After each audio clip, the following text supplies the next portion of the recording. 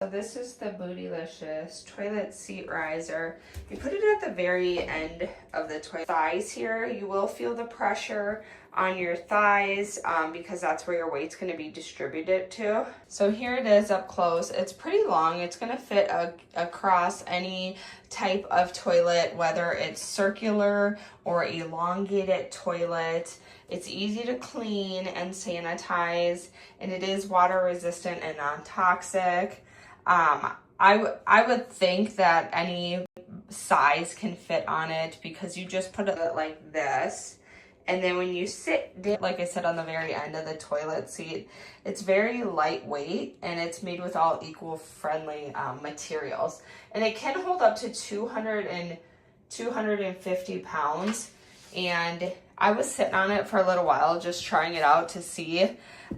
It was not losing its shape. You can kind of see here it indents slightly when I push my thumb into it, but it easily pops right back up and forms back into its shape.